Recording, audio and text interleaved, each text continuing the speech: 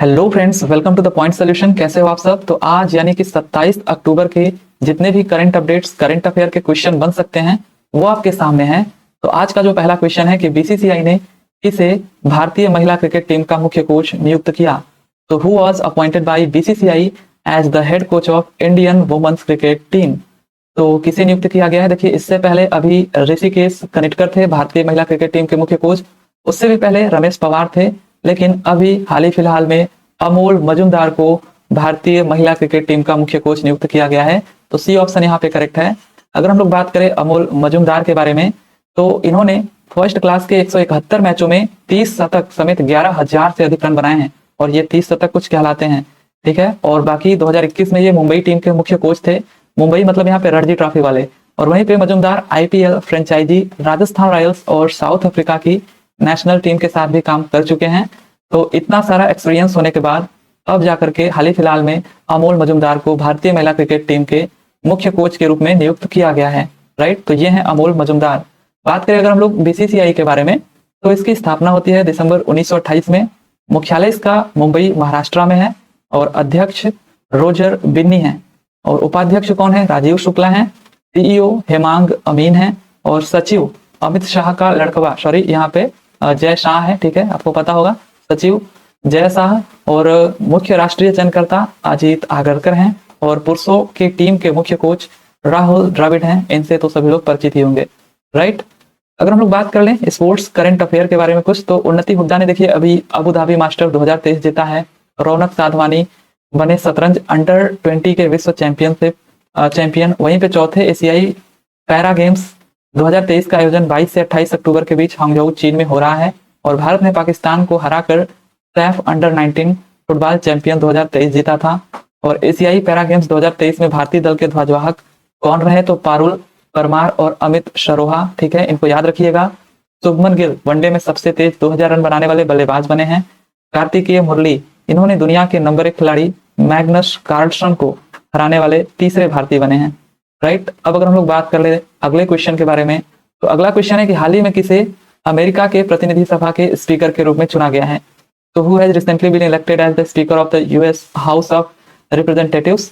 तो अभी आपने देखा होगा केविन मैकार्थी को, लेकिन कंफ्यूज नहीं होना। यहाँ पे केविन मैकार्थी अपने पद से जब हट जाते हैं तो यहाँ पे माइक जॉनसन को अमेरिका के प्रतिनिधि सभा के स्पीकर के रूप में चुना जाता है। तो माइक जॉनसन अब आपको याद रखना है। ठीक है, तो अमेरिका के प्रतिनिधि सभा के स्पीकर के रूप में किसे चुना गया?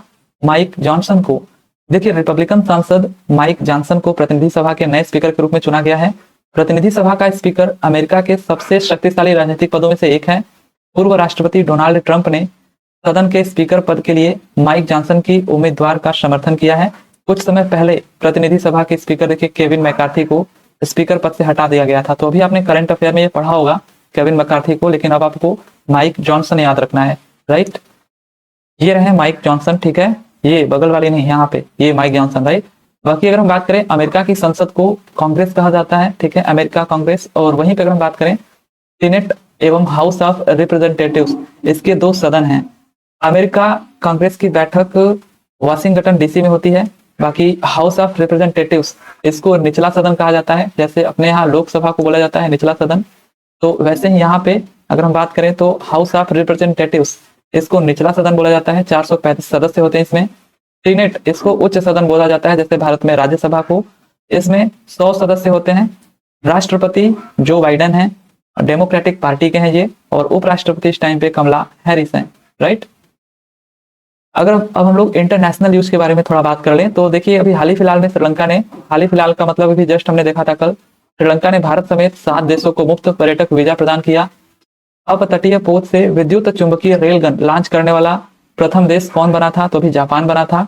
वियतनाम में महात्मा गांधी की प्रतिमा का अनावरण किसने किया? तो एस जयशंकर ने किया।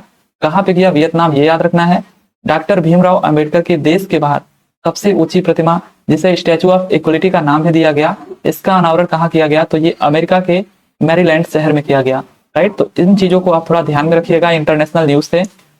अब अगर हम लोग बढ़ जाएं अगले क्वेश्चन की तरफ, तो अयोध्या के राम मंदिर में कब मूर्ति की प्राण प्रतिष्ठा का कार्यक्रम तय किया गया है? तो ये क्वेश्चन आपसे कुछ अलग तरीके से भी पूछा जा सकता है, लेकिन बस इसके बारे में हम लोग जान लेते हैं कि अयोध्या के राम मंदिर में कब मूर्ति की प्राण प्रतिष्ठा का कार्यक्रम तय किया गया है, तो ये 22 जनवरी को किया गया है। ठीक है, तो 22 जनवरी डेट आपको याद रखना है। अब अगर हम लोग बात करें तो यहाँ पे मुख्य अतिथि के रूप में कौन मौजूद रहेंगे, तो जो अपने पीएम है नरेंद्र मोदी बतौर मुख्य अतिथि कार्यक्रम में मौजूद रहेंगे। ट्रस्ट ने समारोह के लिए 136 सनातन परंपराओं के 25,000 से अधिक हिंदू धार्मिक नेताओं को आमंत्रित करने की योजना बनाई है। चंपक राय, ये यहाँ पे जो अयोध्या श्री राम मंदिर ट्रस्ट है वहां के चंपक राय हैं, इन्होंने बताया कि मुख्य कार्यक्रम गैर राजनीतिक रखने की कोशिश रहेगी। कार्यक्रम में कोई मंच नहीं होगा, न ही कोई सार्वजनिक मीटिंग होगी। तो बहुत अच्छी बात है अगर ये राजनीतिक ना हो, अदरवाइज आपको पता ही है कि बिना राजनीतिक कोई चीज कैसे रह सकती है। तो यहाँ पे अगर हम बात करें तो 22 जनवरी को अयोध्या के श्री राम मंदिर में मूर्ति की प्राण प्रतिष्ठा का कार्यक्रम तय किया गया है। राइट, अब अगर हम लोग कुछ बात कर ले थोड़ा सा कि हाल ही में प्रदान किए गए कुछ पुरस्कार के बारे में, तो संगीत नाटक अकादमी अमृत पुरस्कार देखिए 84 कलाकारों को दिया गया। डॉक्टर AM गोखले पुरस्कार ये किसको दिया गया, संजय कुमार मिश्रा को। और green railway station certificate Vijayawada railway station को दिया गया। कांति स्वरूप भटनागर पुरस्कार 12 वैज्ञानिकों को दिया गया, 12। और Miss International India 2023 Praveena Anjana बनती हैं। और doctor BG Patel memorial award 2023 ये सत्यजीत मजुमदार को मिलता है। और grand cross of the order of honour Greece ये PM मोदी को मिलता है। और उद्योग रत्न अवार्ड, नाम में ही यहाँ पे भी रत्न है, यहाँ पे भी रतन टाटा को मिलता है उद्योग रत्न अवार्ड।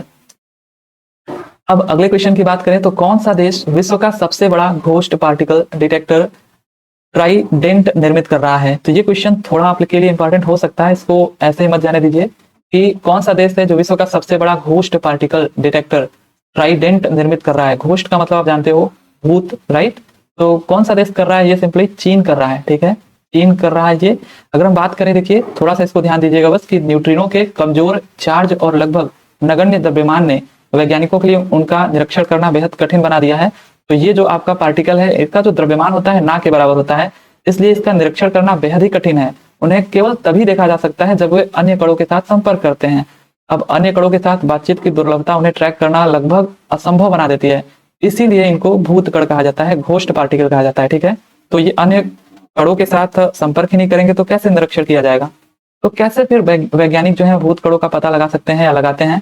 तो भूत कण शायद ही कभी अन्य कणों के साथ संपर्क करते हैं, लेकिन शायद ही कभी का मतलब ऐसा नहीं कि कभी नहीं होता है। कभी कभी वे पानी के अणुओं के साथ संपर्क करते हैं और यही वजह है कि चीन पानी के अंदर अपना घोस्ट मॉलिक्यूल टेलीस्कोप बना रहा है। तो चीन पानी के अंदर अपना घोस्ट मॉलिक्यूल टेलीस्कोप बना रहा है जो कि दुनिया का सबसे बड़ा टेलीस्कोप कहलाएगा, राइट। तो ये चीज जो है वो घोस्ट पार्टिकल का पता लगाने के लिए किया जा रहा है, तो ये चीन कर रहा है, राइट। तो आप इसको याद रखिएगा। अगले क्वेश्चन की बात करें तो WHO द्वारा तपेदिक के लिए रणनीतिक और तकनीकी सलाहकार समूह STAG के सदस्य के रूप में किसे नियुक्त किया गया, इंपॉर्टेंट क्वेश्चन है। तो WHO द्वारा TB, ठीक है, तपेदिक के लिए रणनीतिक और तकनीकी सलाहकार समूह के सदस्य के रूप में किसे नियुक्त किया गया है, तो ये प्रोफेसर सारंग देव को नियुक्त किया गया है। तो इसको याद रखिएगा, प्रोफेसर सारंग देव। प्रोफेसर सारंग देव जो वर्तमान में Indian school of business ISB में संकाय और अनुसंधान के उप डीन हैं और max institute of health care management के कार्यकारी निदेशक के रूप में कार्यरत हैं। तो प्रोफेसर सारंग देव को WHO द्वारा TB के लिए रणनीतिक और तकनीकी सलाहकार समूह के लिए नियुक्त किया गया है। बात करें अगर विश्व स्वास्थ्य संगठन WHO की, तो इसमें कुल 193 सदस्य देश तथा 2 संबद्ध सदस्य हैं। WHO का मुख्यालय स्विट्जरलैंड के जेनेवा शहर में स्थित है। इसका गठन कब होता है, तो 7 अप्रैल 1948 को इसका गठन होता है। इसी वजह से 7 अप्रैल को विश्व स्वास्थ्य दिवस के रूप में मनाया जाता है। विश्व स्वास्थ्य संगठन के जो महानिदेशक हैं वो है डॉक्टर टेड्रोस एडनोम घेब्रेयेसस, ठीक है, नाम इन लोगों का काफी जटिल होता है। तो डॉक्टर टेड्रोस एडनोम घेब्रेयेसस ये क्या है, महानिदेशक हैं विश्व स्वास्थ्य संगठन के। अगले क्वेश्चन की बात करें तो भारत में एरोस्पेस शिक्षा और नवाचार को बढ़ावा देने हेतु एयरबस ने किस IIT के साथ समझौता किया। तो किस IIT के साथ एरोस्पेस शिक्षा और नवाचार को बढ़ावा देने हेतु एयरबस ने समझौता किया है, किस IIT के साथ, तो ये IIT कानपुर के साथ समझौता किया है। ठीक है, तो भारतीय प्रौद्योगिकी संस्थान कानपुर IIT के और एयरबस ने एक समझौता ज्ञापन के माध्यम से अपनी साझेदारी का औपचारिक रूप दिया है। एयरबस क्या है, एक यूरोपीय बहुराष्ट्रीय एरोस्पेस कंपनी है। इसकी स्थापना 1970 में की गई थी। ठीक है, अब अगर हम लोग बात कर लें थोड़ा कुछ इंपॉर्टेंट एग्रीमेंट्स जो अभी हाल ही फिलहाल में हुए हैं, तो देखिए अभी जो एयरबस की हम बात कर रहे थे इसने कुछ ही दिन पहले भारतीय विमानन क्षेत्र को मजबूती देने के लिए जीएसबी की महत्वपूर्ण साझेदारी की थी। ठीक है, जीएसबी के साथ, ठीक है, गति शक्ति विश्वविद्यालय जो वडोदरा में है, इसके साथ साझेदारी किया था अभी हाल फिलहाल में एयरबस ने। और अभी की बात करें तो अभी यहाँ पे इन्होंने एयरबस ने एरोस्पेस शिक्षा और नवाचार को बढ़ावा देने हेतु आईआईटी कानपुर के साथ साझेदारी की है, तो इसको आप लोग याद रखिएगा। बाकी अगर बात करें तो प्री बुक किए गए भोजन को डिलीवरी के लिए आईआरसीटीसी ने जोमेटो के साथ साझेदारी की थी अभी हाल फिलहाल में। भारत और सऊदी अरब ने हरित हाइड्रोजन के लिए समझौता किया। और आईसीसी ने पुरुष क्रिकेट विश्व कप 2023 के लिए मास्टर कार्ड के साथ देखिए समझौता किया था। केंद्र ने बच्चों को एआई सीखने में मदद करने के लिए एडोब के साथ समझौता ज्ञापन पर हस्ताक्षर किया था। तो ये इंपॉर्टेंट है थोड़ा, क्योंकि एआई का दौर चल रहा है, तो केंद्र ने बच्चों को देखिए एआई सीखने में मदद के लिए एडोब के साथ समझौता ज्ञापन पर हस्ताक्षर किया था। अब अगले क्वेश्चन की बात करें तो केंद्रीय मंत्री अर्जुन मुंडा ने आदि महोत्सव का उद्घाटन कहाँ किया है? तो कहाँ पे ये किया है? केंद्रीय मंत्री जो अर्जुन मुंडा है, तो अहमदाबाद में आदि महोत्सव का उद्घाटन किया है इन्होंने। तो बात करेगा तो 25 अक्टूबर को आदि महोत्सव राष्ट्रीय जनजातीय महोत्सव जिसको बोलते हैं, ठीक है, आदि महोत्सव जिसको राष्ट्रीय जनजातीय महोत्सव भी बोलते हैं, इसका उद्घाटन केंद्रीय जनजातीय मामलों के मंत्री अर्जुन मुंडा ने किया है। इसका आयोजन भारतीय जनजातीय सहकारी विपणन विकास परिषद TRIFED, ठीक है, ट्राइफेड द्वारा किया जा रहा है। आयोजन 25 अक्टूबर से 3 नवंबर 2023 तक अहमदाबाद हाट वस्त्रपुर में किया जाएगा। आयोजन के दौरान 100 से अधिक स्टॉल भारत की जनजातीय संस्कृति, ठीक है, सिर्फ कौशल, पाक, कलात्मक और आर्थिक प्रयासों को प्रदर्शन करेंगे। तो कौन कर रहा है यहाँ पे? अर्जुन मुंडा जो केंद्रीय मंत्री हैं, जो कि केंद्रीय जनजातीय मामलों के मंत्री हैं। कौन से महोत्सव का? तो आदि महोत्सव का। कहाँ पे कर रहे हैं? तो अहमदाबाद में कर रहे हैं, ये आपको याद रखना है। अगर हम लोग बात कर ले थोड़ा 2023 के कुछ प्रमुख महोत्सव के बारे में, तो लेवेंडर महोत्सव जो है ये जम्मू कश्मीर में हुआ।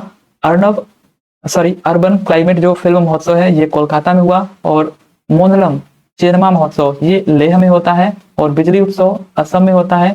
खजुराहो नृत्य महोत्सव, खजुराहो ये तो नाम में ही खजुराहो है, तो ये खजुराहो मध्य प्रदेश में हुआ। और ताज महोत्सव, नाम में ही ताज, तो आगरा में। और यशांग उत्सव याद रखिएगा ये मणिपुर में हुआ, राइट। अगले क्वेश्चन की बात करें तो राष्ट्रीय स्तर का सरस आजीविका मेला 2023 का आयोजन कहाँ किया जा रहा है? तो ये आपका गुरुग्राम में किया जा रहा है, तो इसको याद रखिएगा। राष्ट्रीय स्तर का जो सरस आजीविका मेला है 2023 का, ये कहाँ किया जा रहा है? तो ये गुरुग्राम में किया जा रहा है, राइट। तो राष्ट्रीय स्तर का सरस आजीविका मेला 2023 गुरुग्राम के लेजर वैली ग्राउंड में आयोजित किया जा रहा है। यह 17 दिवसीय मेला अगले महीने की 11 तारीख तक जारी रहेगा। सरस आजीविका मेला ग्रामीण विकास मंत्रालय की दीनदयाल अंत्योदय योजना राष्ट्रीय ग्रामीण आजीविका मिशन की एक पहल है। अगर हम लोग थोड़ा बात करें यहाँ पे 2023 के कुछ प्रमुख सूचकांक के बारे में, तो देखिए ग्लोबल रिमोट वर्क इंडेक्स में 64वीं रैंकिंग है भारत की। ग्लोबल हंगर इंडेक्स 2023 इंपॉर्टेंट है, 111वीं स्थान है भारत की। और दुनिया के सबसे अमीर शहर 2023 की बात करें तो भारत में 21वां प्लेस मिला है भारत के मुंबई शहर को, और दिल्ली को 36वां प्लेस। और ग्लोबल यूनिकॉर्न इंडेक्स 2023 में भारत का 3रा स्थान है। और सबसे आपराधिक देशों की रैंकिंग 2023 में भारत का 77वां स्थान है। विश्व में सर्वश्रेष्ठ सार्वजनिक परिवहन सूचकांक में मुंबई, ठीक है, भारत के मुंबई को 19वां स्थान मिला है। हेनले पासपोर्ट इंडेक्स जो कि बहुत ज्यादा इंपॉर्टेंट है, जुलाई का जो आया उसमें 80वां रैंक लगा है भारत का, ठीक है। तो हेनले पासपोर्ट इंडेक्स 2023 में भारत का 80वां रैंकिंग है। यूएस वर्ल्ड यूनिवर्सिटी रैंकिंग 2024 में आईआईटी बॉम्बे 149वें स्थान पर है, राइट। अगले क्वेश्चन की बात करें तो पैरालंपिक भाला फेंक खिलाड़ी सुमित अंतिल ने कितने मीटर भाला फेंक कर नया विश्व रिकॉर्ड बनाया है? तो अभी जो एशियन पैरा गेम्स चल रहे थे, तो ये जो पैरालंपिक भाला फेंक खिलाड़ी हैं अमित अंतिल ने कितने मीटर भाला फेंक कर नया विश्व रिकॉर्ड बनाया है? तो 73.29 मीटर, ठीक है, 73.29 मीटर याद रखिएगा। तो पैरा एशियाई गेम्स 2023 में जो पैरालंपिक भाला फेंक खिलाड़ी हैं सुमित अंतिल, इन्होंने F64 श्रेणी में 73.29 मीटर का असाधारण थ्रो हासिल किया। उन्होंने अपने पिछले ही विश्व रिकॉर्ड 70.83 मीटर को पीछे छोड़ दिया, तो अपना ही रिकॉर्ड इन्होंने तोड़ा है। और अब 70.83 से आगे बढ़ करके 73.29 मीटर की दूरी तक भाला इन्होंने फेंका है। तो उन्होंने अगर हम बात करें तो पैरा एशियन गेम्स 2023 में गोल्ड मेडल जीता है, ठीक है। तो ये आप याद रखिएगा, इंपॉर्टेंट है। गोल्ड मेडल तो जीता ही है और अपने ही रिकॉर्ड को इन्होंने तोड़ा है, तो ये पूछा जा सकता है। नाम है सुमित अंतिल, राइट। अब अगर हम लोग थोड़ा बात कर ले खेल संस्थाओं के अध्यक्ष के बारे में, जो कि इंपॉर्टेंट है, पूछा जाता है, तो आईसीसी के जो अध्यक्ष हैं ग्रेग बार्कले हैं। अंतरराष्ट्रीय हॉकी महासंघ FIH के अध्यक्ष ये तैयब इकराम हैं। और हॉकी इंडिया के अध्यक्ष कौन है? तो दिलीप टर्की हैं। फीफा के अध्यक्ष की बात करें तो गियानी इन्फैंटिनो हैं। और अखिल भारतीय फुटबॉल महासंघ के अध्यक्ष कौन है? तो कल्याण चौबे हैं। भारतीय ओलंपिक संघ के अध्यक्ष कौन है? तो PT उषा हैं। और राष्ट्रीय क्रिकेट अकादमी के अध्यक्ष कौन है? तो ये VVS लक्ष्मण हैं। Table tennis federation of India के अध्यक्ष कौन है? तो ये मेघना अहलावत हैं। राइट। अब अगर हम लोग बढ़ जाएं अगले और लास्ट क्वेश्चन की तरफ, तो निम्नलिखित किस राज्य ने लुप्तप्राय नीलगिरी तहर प्रजाति के संरक्षण और सुरक्षा के लिए प्रोजेक्ट नीलगिरी तहर की शुरुआत करी है? तो ये जो प्रोजेक्ट नीलगिरी तहर है, किस राज्य ने इसकी शुरुआत करी है? तेलंगाना ने, आंध्र प्रदेश ने, तमिलनाडु ने या कर्नाटक ने? तो ये मैं नहीं बताऊंगा क्योंकि मुझे नहीं पता है, ये आपको कमेंट करके बताना है। ठीक है, तो चलिए फिर यही रहे आज के जो करंट अफेयर के क्वेश्चन थे। मिलते हैं अगले दिन अगले वीडियो के साथ। तब तक के लिए thank you, tata and bye bye.